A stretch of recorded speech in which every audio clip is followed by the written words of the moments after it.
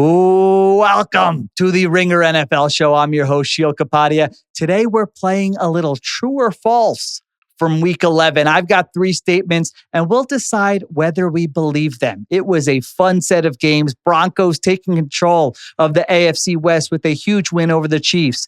Are they legit contenders? Are the Chiefs actually in danger of missing the playoffs? And then in the NFC, big wins for the Rams and the Eagles. How concerned should you be about the Seahawks and Lions losing those games? To talk about it all, we've got my friend from the Ringer, Diante Lee. Let's take a break. We come back. We play a little true or false from week 11. This is the Ringer NFL show presented by FanDuel, the best place to bet the NFL all season long. FanDuel's got it all. Same game parlays, quick bets for jumping in live, and your way so you can build the bet that fits your play. And Missouri, get excited because FanDuel's coming your way December 1st. Download the FanDuel.com/Ringer NFL to get started. Must be 21 plus and present in select states and 18 plus in DC, Kentucky, and Wyoming. Gambling problem? Call 1-800-GAMBLER or visit rg-help.com. Call 1-888-789-7777 or visit ccpg.org/chat in Connecticut.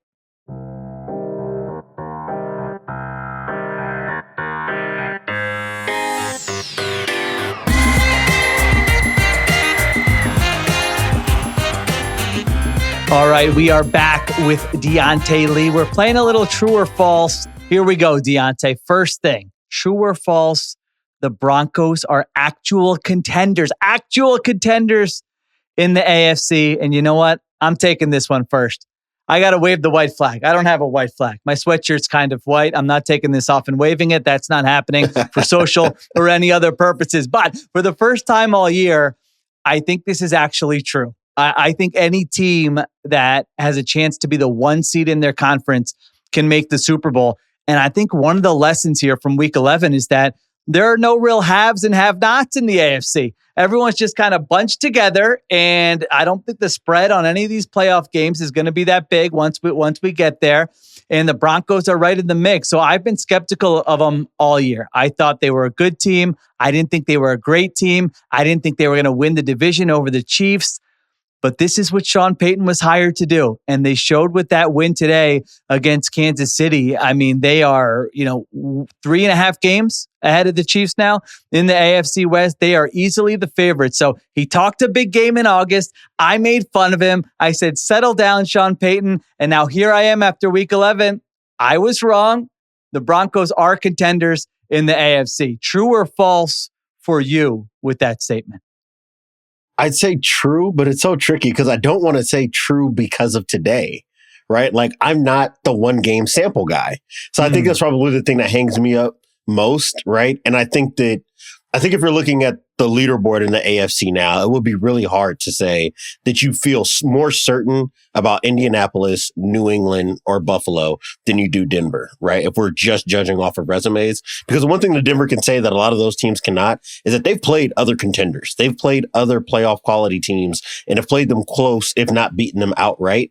I think that my hang up is that you're making that case based off of 10 quarters, not 10 games, in my opinion. Right. So if we give them credit, and this probably has more to do with the offense and the defense. Yeah. If we give them credit for all 60 minutes of this Chiefs game, and I do think this was a well-designed game plan. I thought Bo Nix took the chances that he needed to on early downs. This was one of his better first down success rates on dropbacks this season. And it definitely was reflected in that. Then we're talking about the second half against the Giants. You're talking about the second and third quarter against the Colts, right, where he looked kind of decent and the fourth quarter was all over the place. Then you got the fourth quarter against the Texans and the fourth quarter against the Eagles, right? Like, those are like the 10 quarters. I think if you're a Broncos fan, you're looking at that cluster and saying, when we're that on offense, we are legitimate Super Bowl contenders. The issue was that when Nix is not in that place in the passing game, when the passing game does not have that level of rhythm, when he's creating his own pressure, when he's not scrambling, when he's rolling out and not pushing the ball downfield, it's hard to envision that. You would have to feel like Sean Payton is just going to put his deep throws on Sunday on a loop in film every day and remind Bo Nix, like, one-on-one, you have to do this or our offense doesn't work. play action, you got to take them chances or the offense doesn't work. If he does that, then yes, they're contenders. If not, it's just hard to imagine that this defense can do enough to lift them all the way through. Is there a case that there's a parallel between the 2025 Broncos and the 2024 Eagles in some ways? Let me make the case. I know they don't have the offensive firepower. They don't have the same players on offense. However, they do have a better offensive coach than anybody the Eagles had last year. So in a one-game playoff situation, they have a guy who can scheme things up. Defensively, they're playing like a top 5 defense. I think they're going to be in that mix from now till whenever their season ends. They show up pretty much every week. I mean, I thought Diante, the last like 4 or 5 minutes of that game, it's 19-19. Chiefs have the ball. I'm thinking Chiefs are going to score, and then we'll see what the Broncos do when they get the ball back. I thought they were at least going to get a field goal. Broncos defense forces a 3 and out. They sack Mahomes on 3rd down. They get the ball back. They're facing a 3rd and 15. Now I'm going, Mahomes is going to get it back and they're going to score. Bo Nix finds Courtland Sutton for 20 yards. He converts a 3rd and 5 later. He completes a pass to Troy Franklin for 32 yards. So the parallel to me is that I think the defense is showing up pretty much every week. I think the quarterback might have some ups and downs, but in some of these big spots, he is making some big throws. And is there a case that once we get to the playoffs, like are there games inside of Bo Nix where all of a sudden we can say, hey, he did get hot for a month here, and all of a sudden the Broncos are in the Super Bowl? I think you can make the case that they're very similar to the 2024 Eagles. I think that the caveat would have to be is that a team like the 2024 Eagles does not just win the Super Bowl every year, right? A team that has those level of offensive struggles throughout the regular season doesn't usually flip a switch and turn into an explosive play machine in the run and passing game. And I think that maybe the strongest case, if you wanted to believe that what you're seeing from the 2025 Broncos is the same thing as what you saw from the 2024 Eagles, it's not just the defense, it's the offensive line. Right now, Denver is 6th in the NFL in yards before contact on rushes, and they have the 5th lowest pressure dropbacks per game. That is all offensive line stuff, right? And if you believe that the health of this offense is based more on what they can do on early downs in the run game and keeping Bo Nix clean in the pocket, then yeah, that is very similar to what Philadelphia's recipe was last season. And as long as you're not turning the ball over, as long as you're not taking back-breaking sacks, and you genuinely trust your defense to do one of the hardest things to do, right? Which is to basically never give up explosive plays and also get after the quarterback all the time and create a bunch of havoc in the backfield. It is one of the hardest threads to needle. So hardest needles to thread in the NFL. If you believe that they can maintain that, then sure, I'm with you. The issue for me just continues to come back to that is a high degree of difficulty to live with. I think in a lot of ways, this is like a college football resume thing, right? Like if we were doing the college football committee and we were trying to rank playoff teams in that way, Denver might be first. Because you would look at their resume and say, they beat last year's champions. They've beaten some of the better teams in the AFC. They played Indianapolis down to the last snap, basically, right? Like this is a team that looks like a championship level team. Beating Kansas City when you know Kansas City is desperate, when they go up 19-16 in the 4th quarter. Like you said, I'm feeling the same way as you watching TV. Like, there's a Travis Kelce touchdown. They're going to come out, shut down Bo Nix, get the ball. They're going to sit on the ball for the next four and a half minutes. By the time Denver gets it back, there's not going to be any time to go tie or take the lead. And that's just not how it played out. Maybe this team just is turning a corner and I'm just going to be the last one to the party. I'm just a little hung up still that we have not seen anything as emphatic from Denver as what we've seen from Indianapolis in the AFC. Yeah, I thought I was the last one to the party. Honestly, I was holding out and holding out and holding out. I think it's a meaningful win. I'm with you. You don't want to put too much, and we always, look back and say it was only one game. That's a meaningful win in a big spot. The Chiefs are 5-4, like you said, defending AFC champs the last 3 years. Need this game badly. You don't have Pat Surtain. It's close in the 4th quarter, and they outplayed them in the 4th quarter. Like it wasn't fluky. It wasn't, Mahomes had a weird fumble or something like that. It was like they outplayed them in the 4th quarter. They deserve credit. I was just looking this up as you were talking because I was wondering, like, they are consistently competitive. Like this was one of my favorite traits of those Pete Carroll Seahawks teams. Not only were they blowing teams, but it was just like you weren't going to blow them out. The last 2 years here, Diante, in the regular season, do you know how many games they've lost by more than a touchdown? I'd have to guess it's like five or six. If that. One game in the last 2 years with Bo Nix in year 1 and 2, they've lost by more than a touchdown. That was week 9 last year. against the Baltimore Ravens. I mean, that's a Sean Payton stat. If there ever was a Sean Payton stat. Listen, he may be the most arrogant man in the NFL. I've said it before, but I don't dispute that he's one of the best coaches of my lifetime. Honestly, this is so impressive what he has done. Drafting a rookie quarterback. I made fun of him for that backpack story or whatever. Oh, he looked at his back. And now here he is, in his second year with this guy who's not like an all-pro. It's not like, and he is in position to dethrone Andy Reid, healthy Patrick Mahomes, Spags in the AFC West. Hats off to you, Sean Payton. I got nothing else to say. Let's see how the rest of the season unfolds. But you talked the talk in August, and you're walking the walk right now. So big day for the Denver Broncos. Now we get to the other team in that mix, Diante. I'll let you start with this one because you were so brazen as to come on this podcast last week and say, you know what? What if the Chiefs don't make the playoffs and the Jaguars make the playoffs instead of them? So I ask you now, after they've lost another game, true or false, the Chiefs are in actual danger of missing the playoffs? It has to be mathematic. It was true mathematically last week. It's even more true now. Not mathematically. What's in your heart, Diante?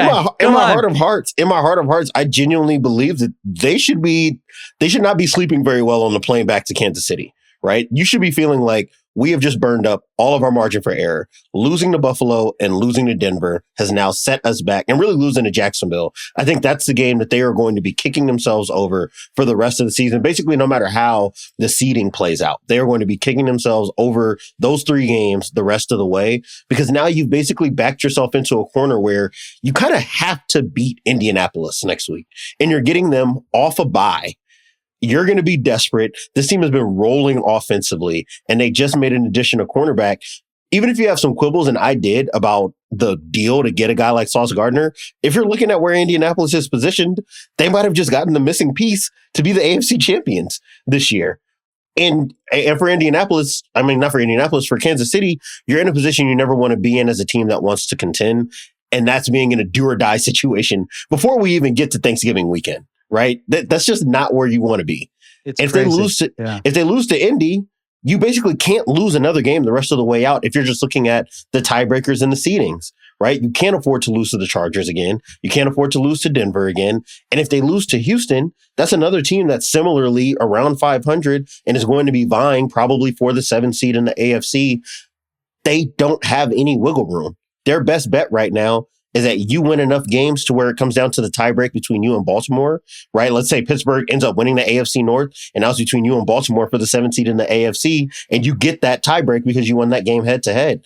It's really hard to paint a window into the playoffs for this team outside of that. And that's just not a place that I ever imagined we'd be talking about with Kansas City, especially coming off of that 3-week stretch where it looked like the offense was back to 2021, 2022, 2023 levels, right? And now we're not there anymore. And now they have got to be basically perfect the rest of the way.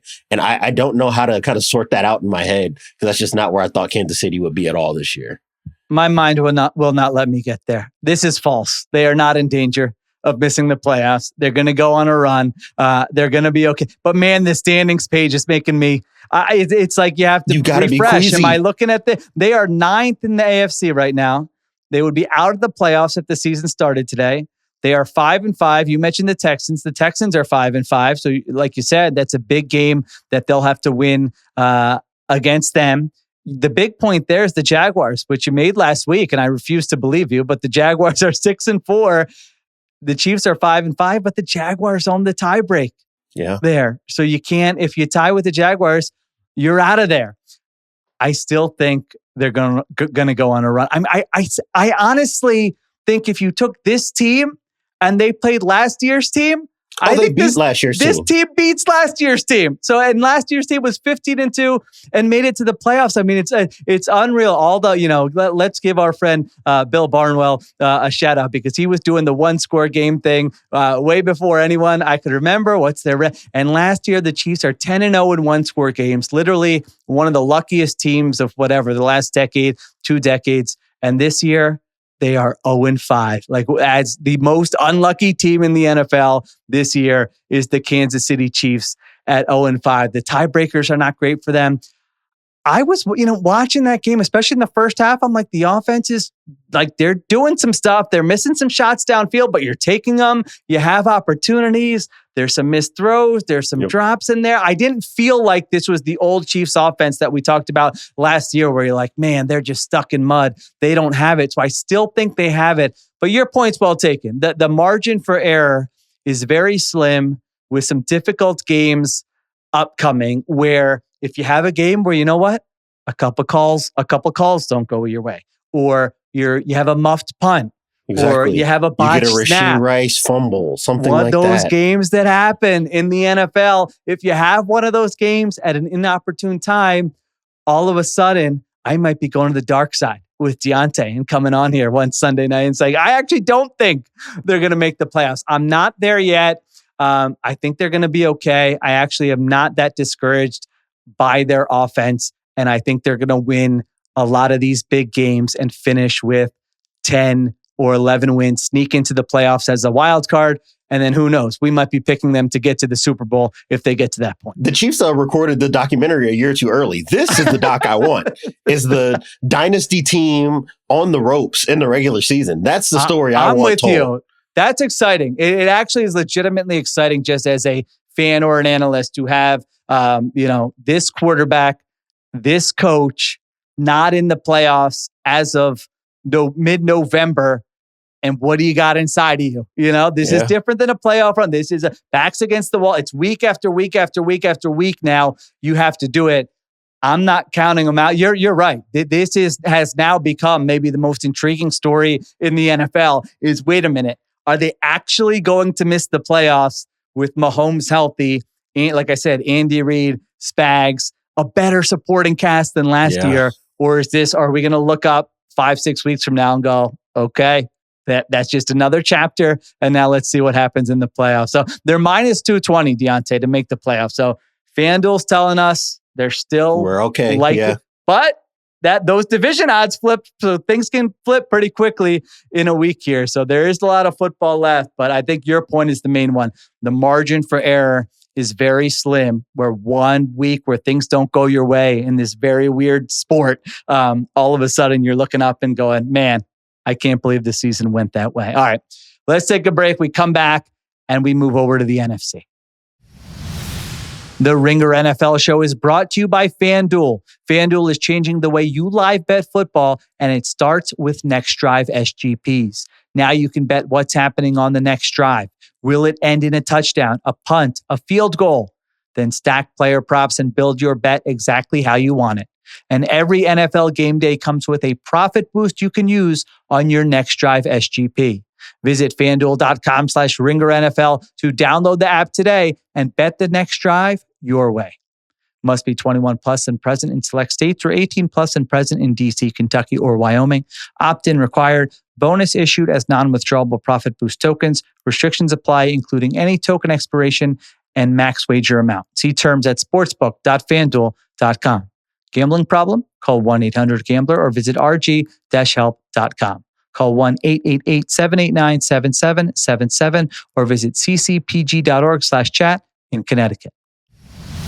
This episode is brought to you by State Farm. Having insurance isn't the same as having State Farm. It's like needing the protection of an offensive guard on the football field, but getting an elementary school crossing guard. Sure, they're both guards, but you can only trust one to keep your quarterback safe when the game is on the line. So don't settle for just any insurance when there's State Farm. Like a good neighbor, State Farm is there. All right, we are back on the Ringer NFL show. All right, next question. Diante, true or false? The NFC representative in the Super Bowl is more likely to come from Eagles-Lions than Seahawks-Rams. So we had these two matchups today, Eagles-Lions, Sunday Night Football, Seahawks-Rams in the late window. And I think it's true. If you told me who do you want, Eagles-Lions or Seahawks-Rams, I would take Eagles-Lions. Let's just start there. Are you a true or a false here? And then we can get into the storylines. I'm true. I walked away from Sunday Night Football feeling like one of those two teams will more than likely be the representative in the NFC. I think that's not to take anything away from Los Angeles. This is maybe more of a reflection on Seattle's quarterback. That's where we got to start. Yeah. Like it's kind of hard to look away from what we saw on Sunday. And yeah, I think that, we can talk about the 4 interceptions all kind of individually, right? They're all emblematic, though, of the same Sam Darnold problems that we've been having throughout his career, right? And he's a very unique case as a quarterback. There are guys who are pressured and they take a bunch of sacks. There are guys who get pressured and maybe they throw the ball away a bunch.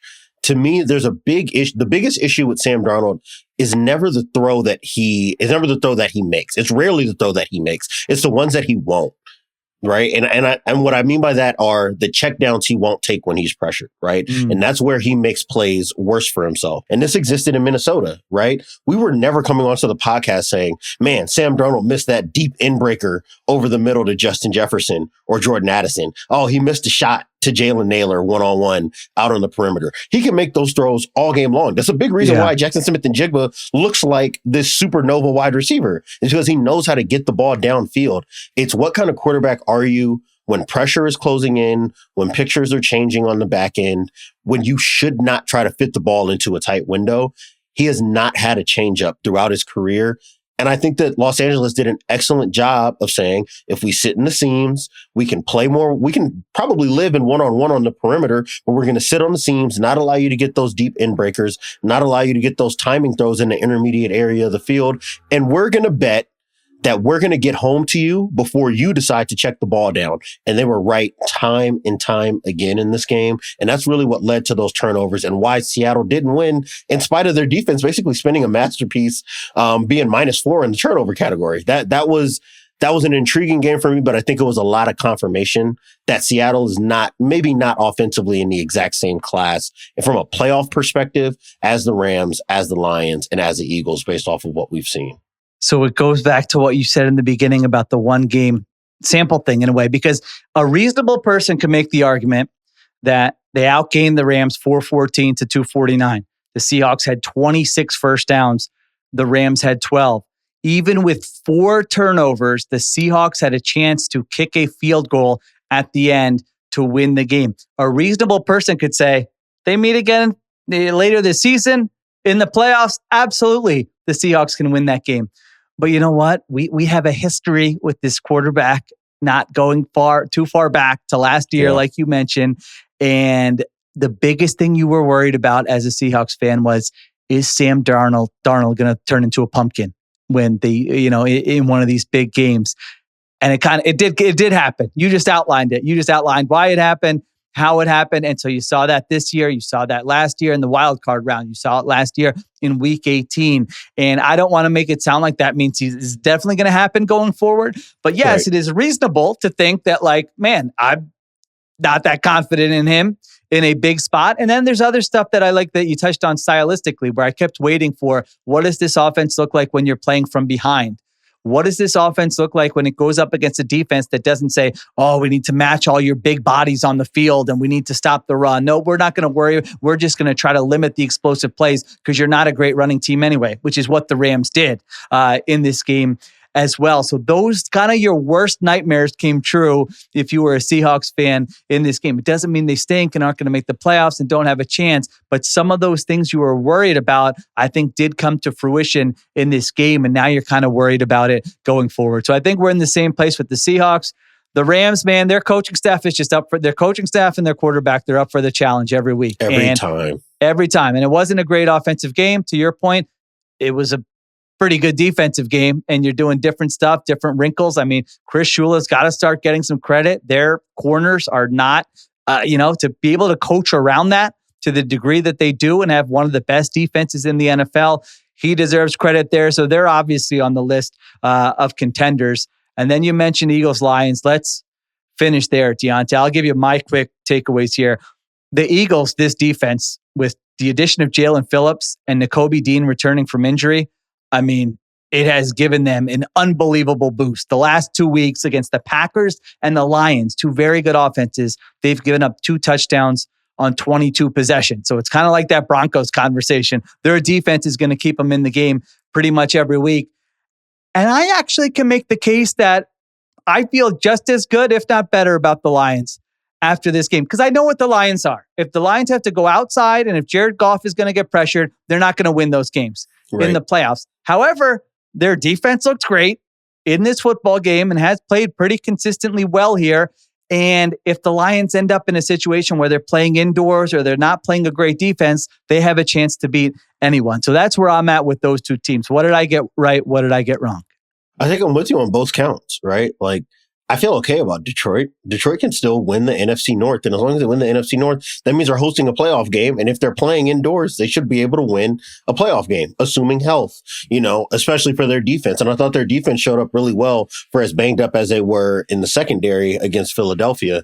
I think that for Philadelphia, you started where I wanted to start, right? How rare is it that you trade for a player on a bad team and he gets to a good team and you can legitimately say, that guy might have been a missing piece for a good team. And that is exactly what Jalen Phillips has been so far in the last 2 weeks for Philadelphia. You slot him in as an edge rusher to play opposite Jalen Hunt, add into the rotation with Nolan Smith. And it is like magically everybody's role seems to just make 1,000 times more sense. Now you don't have to have conversations about, is Jalen Carter being as impactful a pass rusher as you would like for him to be to make this defense what you want it to be on obvious passing situations? You don't have to ask Jalen Hunt and Nolan Smith to be guys that they really aren't, right? Like, these aren't guys that are necessarily ready to be able to tear off the edge on third and obvious passing situations and go beat tackles one-on-one on a consistent basis. But you have a guy like Phillips who can win on early downs as an edge setter, who can show up in the run game. I think the last 2 games for him as a run defender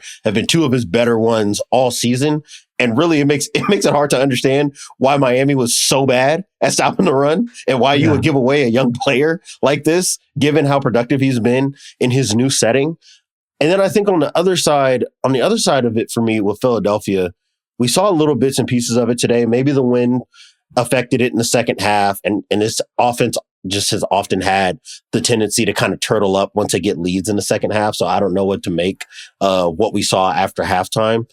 But you can see that they can feed AJ Brown. And we've seen in previous weeks, they can feed Devontae Smith in those intermediate areas. And I thought in the run game, at least on early downs, it seemed like they had something decent against a team that has big bodies on the interior and wants to challenge you to beat them in between the tackles. I actually left this game feeling like, if this is a recipe for this team, just as it was in 2024, somehow I'm getting like more comfortable with it.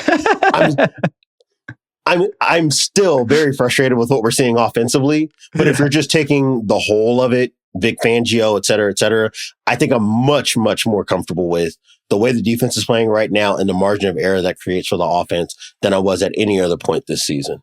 Yeah, it was statistically the worst offensive game in the last 2 years for the Eagles. I'm with you. Watching live, it didn't feel... Didn't you just tweet out something like that last week? Yeah, I know. That's what someone said. Are you repeating? Because it was their best, one of their best defensive performances. Yeah, they still got a lot to figure out on that side of the ball, but I think it just feels like deja vu, because we were saying this last year and then they kept winning and then they turned it on offensively in the playoffs and then they won the Super Bowl. So the defensive part is exciting. The offensive part is not exciting, but maybe they'll figure something out with the run game. They use Jalen Hurts as a runner more in this game really than they have all season with those designed runs. So they're just, again, they just continue to be very talented where, you're not sure how it's going to happen. You're not sure what it's going to look like, but they've now beaten the Lions, the Packers, the Rams, the Bucks, the Chiefs. Like, they have had a hard schedule, and there they are sitting atop the NFC standings. All right. That was great. Thank you to Diante Lee for playing a little true or false with me. You know what? We had a lot to talk about, so we're not doing the hurry up today because I had a lot to catch up with for Diante. So that'll be the show. Thank you to Diante Lee. Thank you to Christopher Sutton for producing. Kiera Gibbons on social, and additional production supervision by Conor Nevins and Arjuna Ramgopowell. A lot more coming this week. We'll talk to you tomorrow on the Ringer NFL Show.